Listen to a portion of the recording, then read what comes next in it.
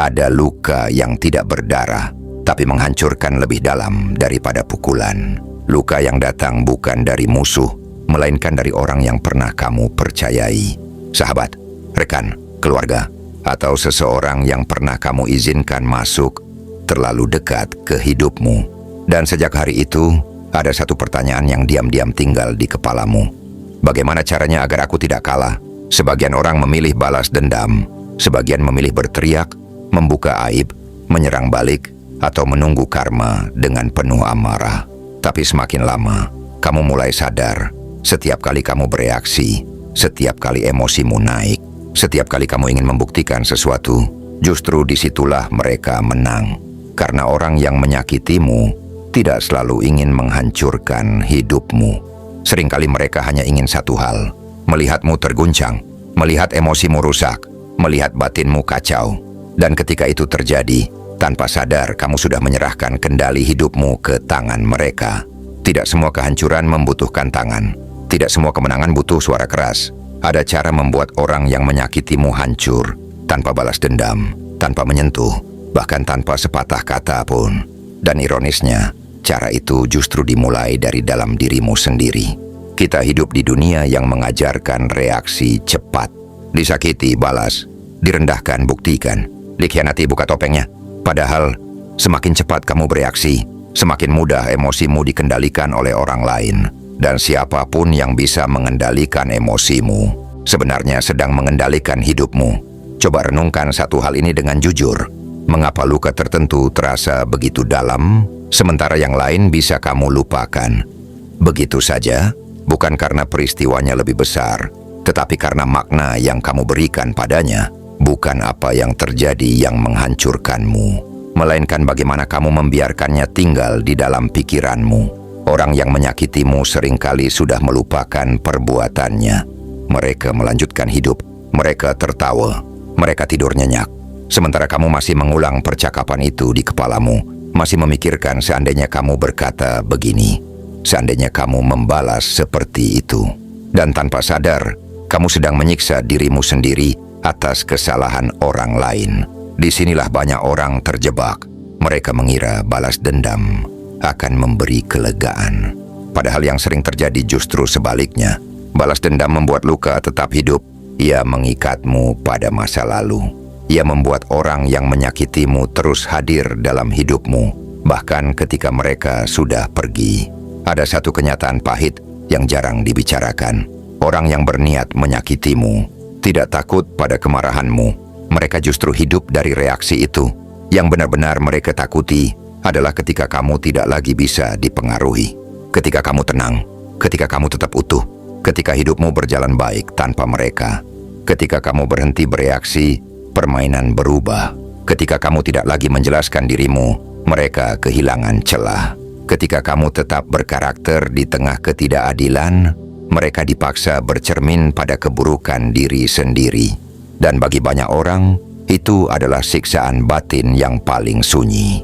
Kehancuran sejati bukan saat seseorang jatuh di depan umum. Kehancuran sejati adalah ketika seseorang kehilangan pengaruh. Ketika kata-katanya tidak lagi mengguncang. Ketika kehadirannya tidak lagi mengusik.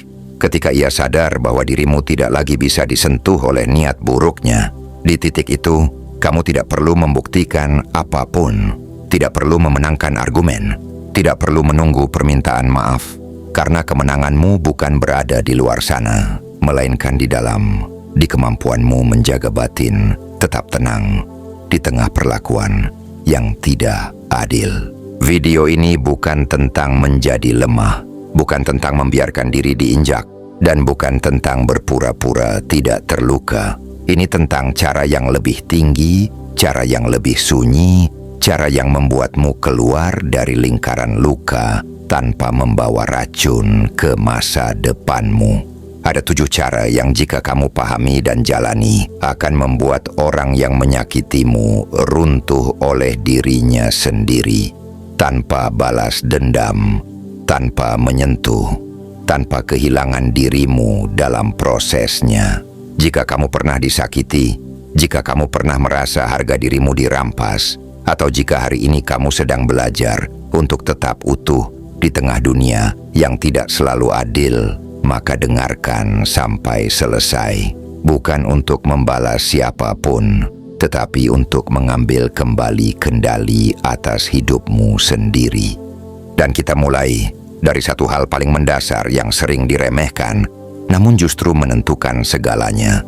Bagaimana kamu merespons luka? Cara pertama itu adalah berhenti bereaksi dan mulai menguasai diri. Setiap luka selalu datang membawa umpan. Umpan berupa kata-kata, sikap, tatapan, atau perlakuan yang sengaja atau tidak sengaja menekan titik emosimu yang paling rapuh. Dan begitu kamu terpancing, begitu emosimu naik, saat itulah kendali berpindah tangan. Reaksi adalah pintu masuk bagi orang lain untuk menguasai batinmu. Bukan karena mereka lebih kuat, tetapi karena kamu membuka pintunya sendiri. Nada suara yang meninggi, keinginan membalas, dorongan untuk menjelaskan diri, semuanya adalah tanda bahwa luka itu sudah berhasil menggerakkanmu. Orang yang berniat menyakitimu jarang membutuhkan kekuatan besar. Mereka hanya perlu satu reaksi kecil, satu kalimat emosional, satu tindakan impulsif, karena dari situlah mereka tahu bahwa mereka masih memiliki pengaruh atas dirimu. Coba perhatikan dengan jujur, saat kamu marah, apakah keadaan menjadi lebih baik atau justru semakin kusut? Saat kamu bereaksi, apakah luka itu sembuh atau justru semakin dalam? Kebanyakan orang baru menyadari bahwa mereka sedang dikendalikan setelah semuanya terlambat. Menguasai diri bukan berarti menekan emosi, bukan berarti berpura-pura kuat, dan bukan berarti menganggap luka itu tidak ada. Menguasai diri adalah kemampuan untuk memberi jeda antara apa yang terjadi dan bagaimana kamu meresponsnya. Di jeda itulah kebebasanmu berada. Ketika kamu memilih diam bukan karena takut, melainkan karena sadar sesuatu yang aneh mulai terjadi. Orang yang menyakitimu kehilangan pegangan. Mereka tidak mendapatkan reaksi yang diharapkan. Tidak ada ledakan, tidak ada drama. Dan bagi sebagian orang, ketiadaan reaksi jauh lebih mengganggu daripada perlawanan. Banyak orang mengira diam adalah tanda kekalahan. Padahal seringkali diam adalah bentuk kendali tertinggi. Karena orang yang benar-benar berkuasa atas dirinya sendiri tidak perlu membuktikan apapun kepada siapapun. Saat kamu tidak bereaksi, kamu memutus rantai luka. Kata-kata mereka berhenti di telingamu, tidak sampai mengendap di batin. Perlakuan mereka berhenti di permukaan, tidak masuk ke identitas dirimu. Dan tanpa sadar, kamu telah menarik kembali kekuatan yang sebelumnya kamu serahkan. Ada ketenangan yang muncul ketika kamu berhenti menjelaskan dirimu kepada orang yang memang tidak ingin mengerti. Ada kelegaan saat kamu tidak lagi berusaha memenangkan setiap pertarungan, karena kamu mulai paham, tidak semua pertarungan layak untuk dimenangkan. Orang yang menyakitimu mungkin akan bingung, mungkin akan mengira kamu lemah, mungkin akan mencoba memancing lagi. Namun seiring waktu, ketika tidak ada reaksi, tidak ada celah, mereka akan lelah oleh dirinya sendiri. Di titik ini, kehancuran mereka bukan karena kamu menyerang, melainkan karena mereka tidak lagi punya tempat untuk menyalurkan niat buruknya. Dan kamu tetap berdiri utuh, tenang, dan berdaulat atas batinmu sendiri. Ingat satu hal ini, kamu tidak bisa mengontrol apa yang orang lain lakukan. Namun kamu selalu punya kuasa atas bagaimana kamu meresponsnya. Dan di sanalah kemenangan pertamamu dimulai. Cara kedua yaitu berhenti menjelaskan dirimu kepada orang yang berniat salah. Tidak semua orang yang bertanya benar-benar ingin memahami. Sebagian hanya ingin memancing, sebagian ingin mencari celah, sebagian ingin mengumpulkan potongan cerita untuk memperkuat narasi yang sudah mereka putuskan sejak awal. Dan setiap penjelasan yang kamu berikan menjadi bahan bakar baru untuk kesalahpahaman yang lebih panjang. Ketika seseorang datang dengan niat tulus, penjelasan akan membawa kejelasan. Namun ketika niatnya sudah bengkok, penjelasan justru menjadi senjata. Kata-katamu dipelintir, nada baikmu dianggap pembelaan diri, kejujuranmu disalahartikan sebagai kelemahan. Dan semakin kamu menjelaskan, semakin kamu terjebak di lingkaran yang sama. Banyak orang tidak sadar bahwa mereka sedang berdebat bukan untuk kebenaran, melainkan untuk penerimaan. Mereka ingin diakui, ingin dipahami, ingin dianggap benar. Padahal, orang yang berniat menyakiti tidak tertarik pada kebenaranmu. Mereka hanya ingin kamu terus bicara, terus membuka diri, terus memberi ruang. Setiap penjelasan adalah energi, setiap klarifikasi adalah perhatian, dan perhatian adalah mata uang paling mahal bagi orang yang hidup dari konflik. Saat kamu berhenti menjelaskan, bukan berarti kamu kalah. Kamu hanya berhenti membayar dengan harga yang terlalu mahal. Ada kedewasaan yang muncul ketika kamu menerima satu kenyataan pahit, bahwa tidak semua orang perlu mengerti dirimu. Tidak semua kesalahpahaman harus diluruskan, tidak semua tuduhan layak dijawab, dan tidak semua cerita tentang dirimu harus kamu koreksi. Orang yang benar-benar mengenalmu tidak membutuhkan pembelaan, dan orang yang berniat salah tidak akan percaya seberapapun rapi penjelasanmu. Di titik ini, diam bukan lagi kebingungan, melainkan keputusan sadar untuk menjaga harga dirimu. Saat kamu berhenti menjelaskan, kamu menarik garis yang tegas, batas antara apa yang pantas kamu urusi dan apa yang harus kamu lepaskan, batas antara siapa yang layak mendapat akses ke pikiran dan perasaanmu dan siapa yang tidak. Bagi sebagian orang, keheninganmu akan terasa mengganggu. Mereka kehilangan kendali. Tidak ada lagi respons yang bisa mereka putar. Tidak ada lagi kata-kata yang bisa mereka jadikan senjata. Dan tanpa sadar, mereka sedang berhadapan dengan kekosongan yang mereka ciptakan sendiri. Berhenti menjelaskan bukan tentang menjadi dingin, bukan tentang membangun tembok tinggi. Ini tentang memilih dengan bijak kepada siapa kamu membuka pintu. Karena tidak semua orang yang ingin masuk ke hidupmu datang dengan niat baik. Di saat kamu mampu berkata dalam hati, "Aku tidak perlu membuktikan siapa diriku," disitulah kamu mulai bebas. Bebas dari kebutuhan akan pengakuan, bebas dari pertarungan yang melelahkan, dan bebas dari luka yang seharusnya tidak perlu kamu bawa terlalu lama. Orang yang menyakitimu tidak hancur karena kamu menyerang. Mereka hancur ketika mereka kehabisan akses ke batinmu. Cara ketiga yaitu tetap berkarakter, meskipun orang lain tidak. Di titik inilah banyak orang tergoda untuk berubah menjadi kasar, sinis, atau licik, hanya agar terlihat seimbang dengan perlakuan yang mereka terima. Saat seseorang menyakitimu, dorongan pertama yang muncul biasanya adalah keinginan untuk menurunkan standar diri, berbicara dengan nada yang sama, bermain dengan cara yang sama, atau membalas dengan metode yang serupa.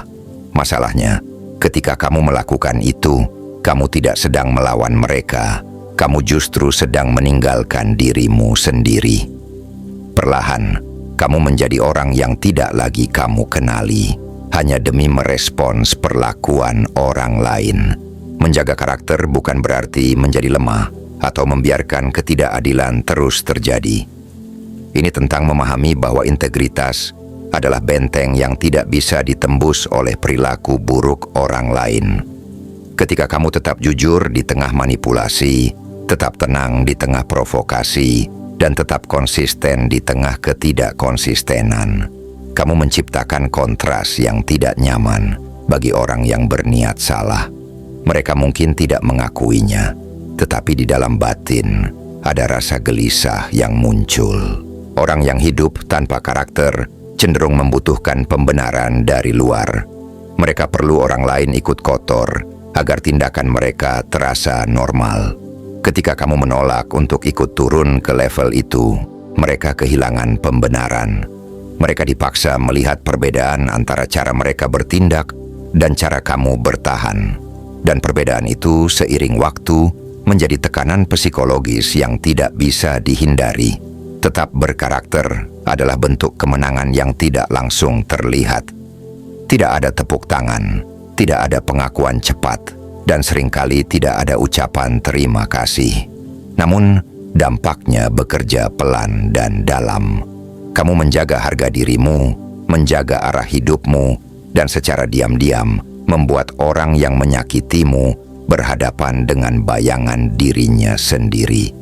Disitulah kehancuran mereka dimulai, bukan karena kamu menyerang, tetapi karena kamu tidak ikut rusak. Cara keempat yaitu berhenti menempatkan diri sebagai korban. Selama kamu melihat dirimu sebagai korban, selama itu pula orang yang menyakitimu masih memegang peran penting dalam hidupmu. Mereka mungkin sudah pergi, tetapi pengaruhnya masih tinggal di kepalamu. Menjadi korban bukan tentang apa yang terjadi padamu, melainkan tentang bagaimana kamu memaknai peristiwa itu. Dua orang bisa mengalami luka yang sama, namun satu terjebak dalam cerita penderitaan, sementara yang lain memilih bergerak maju. Ketika kamu terus mengulang cerita tentang ketidakadilan yang kamu alami, tanpa sadar kamu sedang mengikat identitasmu pada luka tersebut. Dan identitas yang dibangun dari luka akan sulit untuk bertumbuh. Banyak orang tidak sadar bahwa peran sebagai korban memberi kenyamanan semu. Ada pembenaran, ada simpati, dan ada alasan untuk tidak melangkah lebih jauh. Namun kenyamanan ini dibayar mahal karena kamu menyerahkan kendali hidupmu pada peristiwa masa lalu. Orang yang menyakitimu tidak perlu melakukan apapun lagi, karena kamu sendirilah yang terus menghidupkan dampaknya. Berhenti menjadi korban bukan berarti menyangkal rasa sakit atau berpura-pura kuat. Ini tentang mengakui bahwa luka itu nyata, lalu memutuskan bahwa luka itu tidak akan menjadi pusat hidupmu. Ketika kamu mengambil kembali tanggung jawab atas arah hidupmu, kamu secara otomatis mengurangi peran orang lain dalam cerita pribadimu. Mereka berubah dari tokoh utama menjadi sekadar catatan kecil. Saat kamu berhenti hidup sebagai korban, sesuatu yang penting terjadi. Kamu tidak lagi menunggu penyesalan, permintaan maaf, atau kejatuhan orang yang menyakitimu. Kamu sibuk membangun hidupmu sendiri. Dan di titik itu, tanpa kamu sadari, orang yang dulu melukaimu kehilangan pengaruh sepenuhnya. Bukan karena kamu melawan, tetapi karena kamu sudah tidak lagi hidup di bawah bayangan mereka. Cara kelima yaitu menaikkan standar hidupmu, bukan suaramu.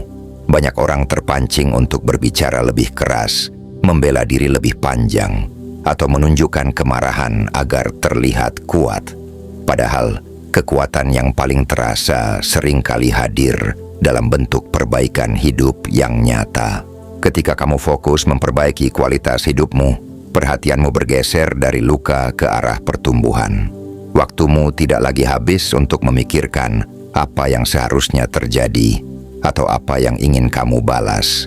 Energi yang sebelumnya terkuras oleh emosi kini dialihkan untuk hal-hal yang membangun, seperti keterampilan, kesehatan, ketenangan pikiran, dan arah hidup yang lebih jelas.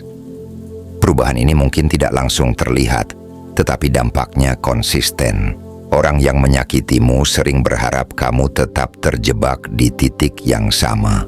Mereka ingin melihatmu stagnan, sibuk mengeluh, atau terjebak dalam konflik lama. Ketika hidupmu justru bergerak ke arah yang lebih baik, tanpa drama dan tanpa pengumuman, muncul ketegangan batin yang tidak mereka harapkan. Bukan karena kamu memamerkan keberhasilan, tetapi karena kamu melanjutkan hidup tanpa membawa mereka di dalamnya. Menaikkan standar hidup berarti menetapkan batas yang lebih sehat. Kamu lebih selektif dalam memilih lingkungan, percakapan, dan hubungan. Kamu tidak lagi memberi ruang pada hal-hal yang merusak ketenanganmu. Dengan standar yang lebih tinggi, orang-orang yang terbiasa hidup dalam konflik akan merasa asing. Mereka tidak menemukan celah untuk masuk ke hidupmu seperti sebelumnya. Pada akhirnya, cara ini bekerja tanpa suara. Tidak ada pembalasan, tidak ada konfrontasi, dan tidak ada upaya untuk membuat orang lain merasa kecil. Namun hasilnya jelas. Kamu bertumbuh, hidupmu membaik, dan pengaruh orang yang pernah menyakitimu semakin mengecil, hingga akhirnya tidak berarti apa-apa. Disitulah letak kemenangan yang tidak perlu diumumkan, tetapi terasa nyata dalam hidupmu sendiri. Cara keenam adalah membiarkan waktu menjadi hakim, bukan dirimu. Banyak orang lelah bukan karena lukanya terlalu besar, tetapi karena mereka merasa harus menjadi penentu akhir dari setiap kesalahan yang dilakukan orang lain. Padahal, peran itu tidak pernah benar-benar milikmu. Ketika kamu berusaha mengadili, membalas, atau membuktikan kesalahan orang lain, kamu justru memperpanjang keterikatan dengan peristiwa yang menyakitkan. Fokusmu tetap tertuju pada mereka, bukan pada hidupmu sendiri. Waktu yang seharusnya digunakan untuk bertumbuh habis untuk memikirkan bagaimana seharusnya orang lain menerima akibat. Di titik ini, luka tidak lagi datang dari peristiwa awal, tetapi dari ketidakmampuan untuk melepaskannya. Waktu bekerja dengan cara yang tidak dramatis, tetapi konsisten. Karakter seseorang akan terlihat dari pola, bukan dari satu peristiwa. Orang yang terbiasa berbohong, menyakiti, atau memanipulasi pada akhirnya akan berhadapan dengan dampak dari tindakannya sendiri. Bukan karena kamu menginginkannya, tetapi karena setiap tindakan membawa konsekuensinya. Dan waktu memiliki cara sendiri untuk menyingkap itu semua. Dengan membiarkan waktu berjalan, kamu mengambil posisi yang lebih sehat. Kamu tidak menunggu kejatuhan siapapun dan tidak menggantungkan ketenanganmu pada apa yang terjadi pada mereka. Kamu tetap melangkah, membangun hidupmu, dan menjaga arahmu. Jika suatu hari kebenaran muncul ke permukaan, itu terjadi tanpa kamu harus ikut campur atau mengotori tanganmu sendiri.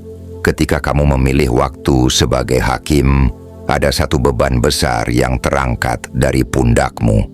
Kamu tidak lagi merasa bertanggung jawab atas pembalasan atau keadilan versi pribadimu. Kamu hanya bertanggung jawab atas hidupmu sendiri. Dan disitulah kekuatanmu bertambah. Karena kamu berhenti mengikat dirimu pada masa lalu dan mulai memberi ruang bagi hidup yang lebih tenang dan utuh. Dan cara ketujuh yaitu melepaskan. Bukan karena orang yang menyakitimu layak dimaafkan, tetapi karena kamu layak untuk hidup dengan damai. Selama peristiwa itu masih terus kamu bawa kemanapun kamu pergi, selama itu pula sebagian dari hidupmu masih tertinggal di masa lalu. Banyak orang mengira melepaskan berarti membenarkan apa yang terjadi. Padahal melepaskan tidak pernah tentang perilaku orang lain, melainkan tentang keputusan batinmu sendiri. Kamu bisa mengakui bahwa apa yang terjadi itu salah, menyakitkan, dan tidak adil, tanpa harus terus memikul bebannya. Melepaskan adalah tindakan untuk berhenti menanggung sesuatu yang bukan lagi tanggung jawabmu. Selama kamu masih memikirkan mereka dengan kemarahan, penyesalan, atau keinginan untuk membuktikan sesuatu, hubungan itu sebenarnya belum selesai. Mereka mungkin sudah tidak hadir secara fisik, tetapi masih menempati ruang dalam pikiranmu. Dan selama ruang itu belum dikosongkan, ketenangan yang utuh akan sulit tercapai. Ketika kamu benar-benar melepaskan, perubahan yang terjadi tidak selalu terlihat dari luar. Tidak ada perayaan dan tidak ada pengumuman. Namun di dalam ada kelegaan yang nyata.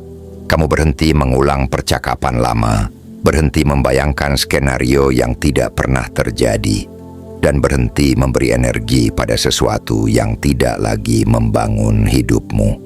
Di titik ini, orang yang menyakitimu benar-benar kehilangan pengaruh. Melepaskan adalah akhir dari kendali mereka atas dirimu.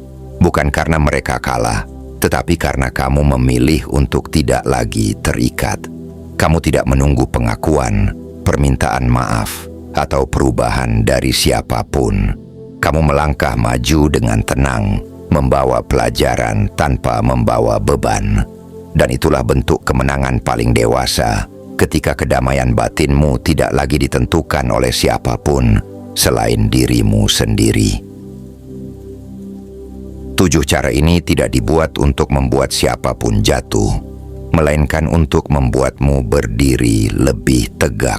Karena pada akhirnya, orang yang menyakitimu Tidak benar-benar hancur oleh balasan, tetapi oleh kenyataan bahwa mereka tidak lagi memiliki tempat dalam hidupmu. Kamu tidak perlu membalas, tidak perlu menjelaskan, dan tidak perlu membuktikan apapun. Cukup jaga kendali diri, jaga karakter, dan terus melangkah dengan standar hidup yang lebih tinggi. Seiring waktu, luka itu kehilangan kekuatannya, dan kamu mendapatkan kembali ketenanganmu. Jika hari ini kamu sedang belajar berdamai tanpa kehilangan harga diri, ingat satu hal ini: kemenangan sejati bukan saat orang lain runtuh, melainkan saat batinmu tidak ikut rusak.